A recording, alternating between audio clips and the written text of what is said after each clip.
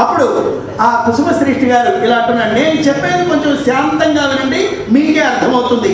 మేము రేపటి రోజు మాఘశుద్ధ విధియ అగ్నిగుండ ప్రవేశం చేసేస్తాం.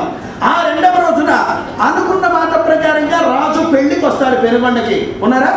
ఆ పెనుగొండ రాజాన్ని జీవించి ఉన్న మిమ్మల్ని అందరినీ రాజు అడుగుతాడు, ఏమయ్యా ఆరుడు మంది గోత్రీకులారా, ఏది నా పెళ్లి ఏర్పాట్లు, ఏది నేను కోరుకున్న వాసవి, ఎప్పుడు నా పెళ్లి ముహూర్తం అని బతుకున్న మిమ్మల్ని అందరినీ అడుగుతాడు. మీరేమంటారు? ఓ మహారాజా, నీకు పెళ్లి చేయడం ఇష్టం లేక రాత్రి 102 గోత్రీకులు గుండంలో దూకేశారయ్యా మహారాజా అని మీరంటారు. అరే వాళ్ళంతా దూకితే దూకాడు కానీ నేను కోరుకున్న కన్యకా పరమేశ్వరి జీవించి ఉన్నదా అని మిమ్మల్ని అడుగుతాడు. మీరేమంటారు? ఓ మహారాజా, ముందుగా ఈ వాసవి గుండ ప్రవేశం చేసింది, ఆ వెనకాల ఈ వయస్సులంతా గుండ ప్రవేశం చేశారయ్యా అని మీరు నిజం చెప్పాలి. ఈ మాట వినగానే దుష్టుడు, దుర్మార్గుడు, పాపాత్ముడు అయిన విష్ణువర్ధనుడు, ఓరి 612 గోత్రీకులారా, వాళ్ళంతా గుండ ప్రవేశం చేస్తే మరి మీరంతా ఎందుకురా బతికున్నారు?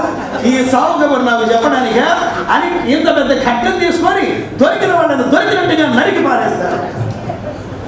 ఒక శాస్త్రంలో పురాణాల్లో చెప్పిన ప్రకారంగా ఒక పాపాత్ముడు ఒక పుణ్యాత్ముని చేతిలో మరణిస్తే వాడు చేసిన పాపమంతా పోయి ఆ పాపాత్ముడు మోక్షానికి వెళతాడు. అర్థమవుతుందా?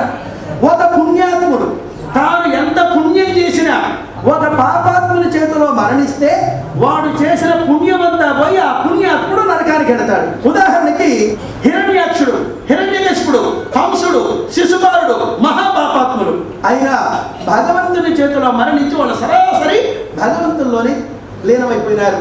మరి అభిమన్యుడు సాక్షాత్ కృష్ణునికి మేనల్లుడు, పుణ్యాత్ముడు, అర్జునుడి కుమారుడు అయినా సైంధవాదుల చేతుల్లో పద్మవ్యూహంలో అకారణంగా మరణించిన కారణంగా కొన్ని క్షణాలు, నిమిషాలు ఆ నరకాన్ని చూడవలసి వచ్చింది. ఓ 612 గోత్రీకులారా, మీరు ఎంతో కొంత పుణ్యం చేసుకుని ఉంటారు. పాపాత్ముల చేతిలో మరణిస్తే మీ పుణ్యమంతా పోయి నరకానికి వెళతారు. ఇప్పుడు మీకు 3 మార్గాలు. 1, వాసవితో పాటు అగ్నిగుండ ప్రవేశం చేసి మోక్షాన్ని పొందడం. 2, గ్రామంలోనే ఉండి రాజు చేతిలో చావడం. 3, ఏ మార్గం ఉందో మీరే ఆలోచించుకోండి అని కుసుమశ్రేష్ఠి చెప్పగానే వీళ్ళు ఆలోచించారు. అమ్మవారితో గుండ ప్రవేశం చేద్దావా? అమ్మ బాబాయ్ మనకంత ధైర్యం లేదు. పోనీ గ్రామంలోనే ఉందావా ధైర్యంగా? అమ్మ బాబాయ్ దుష్టుడు మామూలు సామాన్యుడు కాదు విష్ణువర్ధనుడు. ఈ 3వ మార్గం ఏదో బాగానే ఉంది, మనం ఊళ్ళు విడిచిపెట్టి పారిపోతేనే మనకి ఎంతో క్షేమం. ఎప్పుడు ఎందుకు రేపటిదాకా, రేపే కదా గుండ ప్రవేశం, ఇవాళే పారిపోదాం, ఇవాళ కాదు ఇప్పుడే పారిపోదాం అని వాళ్ళంతా డబ్బు, బంగారం, మణులు, మాణిక్యాలన్నీ మూటలు కట్టుకొని ఆ భార్య పిల్లల్ని వెంటబెట్టుకుని గుళ్ళో నుంచి పారిపోతున్నారమ్మా. వెళ్ళేటప్పుడు కనీశ్వరం కులదైవమైన నగరేశ్వరునికి ఒక్క నమస్కారం చేద్దామన్న బుద్ధి రాక వాళ్ళు అలా వెళుతుంటే ప్రయాణంలో ఎన్ని కష్టాలు పడుతున్నారో చెప్తున్నారు. అమ్మా, మీకు ఒక చిన్న విశేషం ఏమంటే 612 గోత్రీకులు అమ్మవారి విశ్వరూపం చూశారు కదా, మరి వీళ్ళు ఎందుకు ప్రభావితులు కాలేదు 102 గోత్రీకుల మాదిరిగా అని ఒక సందేహం చాలా మందికి వచ్చేది. కానీ మనం దానికి ఒక నివృత్తి చెప్పుకుందాం. ఉదాహరణకి శ్రీకృష్ణుడు దేవుడు, భగవంతుడు అని తెలిసిన శిశుపాలుడు, కంసుడు ఆయన్ని దూషిస్తూనే ఉన్నారు. వాళ్ళ అజ్ఞాన వశం చేత శ్రీకృష్ణుడు రాయబార సమయంలో విశ్వరూపం చూపించాడు కౌరవాదులకి. అలా విశ్వరూపం చూపించిన భగవంతుడిని గుర్తించక దుర్యోధనాదులు యుద్ధాన్నే ప్రకటించారే తప్ప సంధికి ఒప్పుకోలేదు. కారణం వాళ్ళ అజ్ఞాన వశం చేత.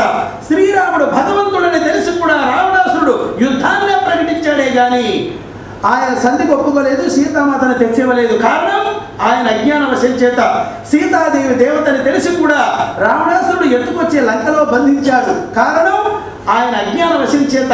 ఆ అజ్ఞాన వశం చేతని ఈ 612 గోత్రీకులు కూడా అమ్మవారు దేవతని తెలిసినా, విశ్వరూపం చూసినా వాళ్ళ అజ్ఞాన వశం చేత, పూర్వజన్మ ప్రారంభం కారణం చేత వాళ్ళు పారిపోవడానికి సిద్ధమయ్యారే తప్ప అమ్మవారితో పాటు మోక్షానికి వెళదామని ఆలోచన రాలేకపోయింది. జయ శ్రీ వాసవి మాతాకి.